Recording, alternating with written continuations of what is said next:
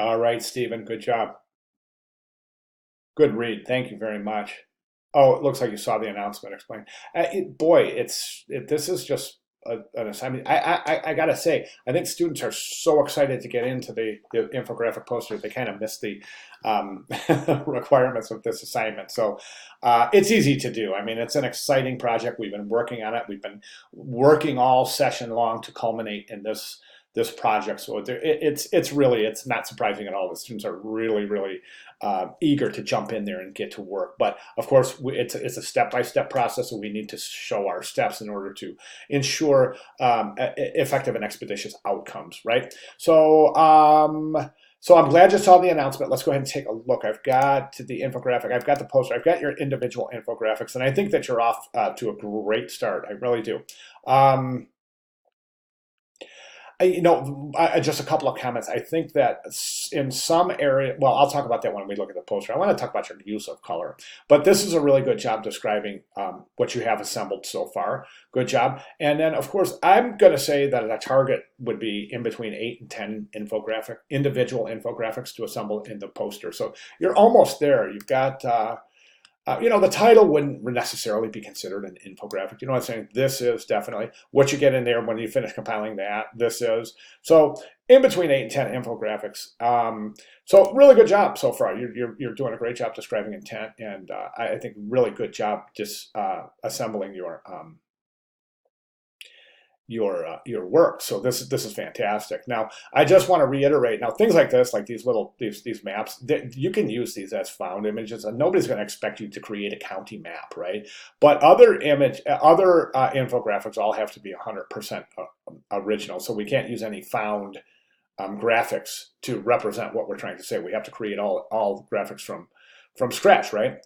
You know that, right? So, okay, so really good job. Now, I wanted to take a look at the poster. Thanks for including this. Now, a couple of things in the poster as I'm a little concerned about the color usage, and because right now it looks like you're defaulting to default RGB colors.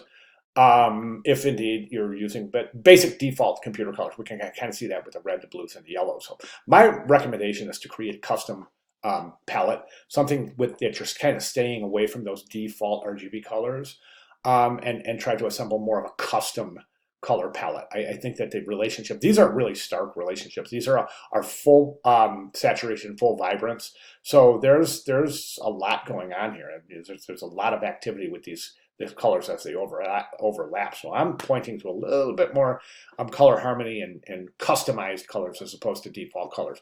Okay, my recommendation here is that this is really text heavy right here. And I think that we've got to figure out a way this is your introductory kind of graphic right here. And right now, I think it's so text heavy that it's a little bit, it might work against you a little bit. It might work against you in that the infographic starts out with this really heavy task of reading these columns. And I think that if we can kind of condense this or even present it in a way that is visual rather than textual, I think we're really pointing in the right direction there. Remember, the idea is not to scare people away with heavy text, to invite them in with interesting graphic representation of the data.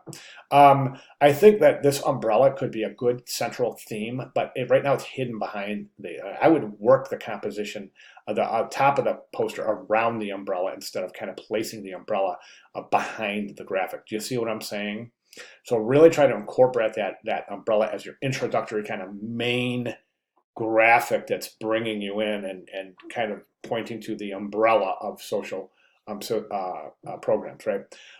Then I also think the top, now I realize you're not done, right? But I think the top of the graphic, the poster itself is really cluttered. You've got a lot of stuff here kind of piled on top of each other. This is what is kind of referred to as visual noise. And visual noise is not a derogatory term. It's actually an industry-specific term that kind of refers to many visual attributes converging in one area of a composition. It's not a derogatory term. It just means that there's a lot here, and we can really distribute this evenly. Let's try to give that title area an area of its own for which to breathe, live, and live its own life alone. So it's kind of a separate entity. So welcome to the poster instead of here's the poster. And immediately we're just starting to place graphics around it. We really want the title area to be inviting. Okay. All right. So other than that, that's all I really have for now. But great job. Thank you so much. And thank you for assembling this according to recommendations. I'm sorry, according to requirements. So fantastic start, Stephen. If you have any questions, please let me know. And if you want to continue posting here until Sunday, we'll be sure to make some additional comments. All right. Thank you very much, Stephen.